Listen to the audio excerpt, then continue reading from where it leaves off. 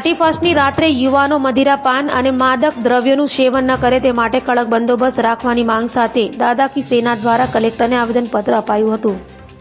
સુરત કલેક્ટરાલય પહોંચેલા દાદા કી સેના ગ્રુપના યુવાનોએ આવેદનપત્ર આપી જણાવ્યું હતું કે દર વર્ષ 31 ડિસેમ્બર યુવાનો મદિરાપાન અને માદક દ્રવ્યોનું સેવન કરે છે, જેથી આ વખતે 31મી ડિસેમ્બરે કડક પોલીસ બંદોબસ્ત ગોઠવી યુવાનોને નશીલા પદાર્થોનું સેવન કરતા અટકાવવાની માંગ કરી હતી।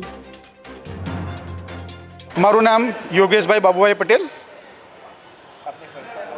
અમારી સંસ્થા નવનાથ ધામ આશ્રમ ધૃતિમાન નાથ સંપ્રદાયના હાલના ગાદીપતિ પરમ પૂજ્ય શ્રી છોટે દાદાના માર્ગદર્શન અને પ્રેરણાથી 31 ડિસેમ્બર ક્રોધ સે વિરોધ અંતર્ગત કેમ્પેન ચલાવીએ છીએ અમે। એ બદલ આ જોડે એના અંતર્ગત સુરત જિલ્લા સેવા સદન કલેક્ટરશ્રીને આવેદનપત્ર આપવા માટે આવ્યા છે।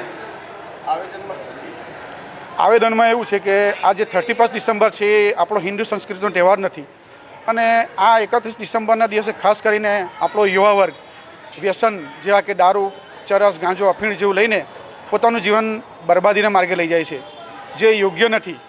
એનાથી સમાજ અને આપણો રાષ્ટ્ર નિર્બળ બને છે। તો એ માટે અમે જાગૃતતા લાવવા માટે એ પુતળા દહનનો કાર્યક્રમ યોજીને એ તરફ લોકોનું ધ્યાન આકર્ષણ કરવા માંગીએ છીએ। જે તમારી માંગ પૂરી નહીં થાય તો આગળ શું પગલાં ભરશો? આગળ અમે જરૂર આજે અમે એક રાજ્ય જિલ્લા લેવલે પ્રોગ્રામ કરીશું। હવે અમે રાજ્ય લેવલે તેમજ રાષ્ટ્રીય લેવલે પણ અમે પ્રોગ્રામ હાથ ધરીશું।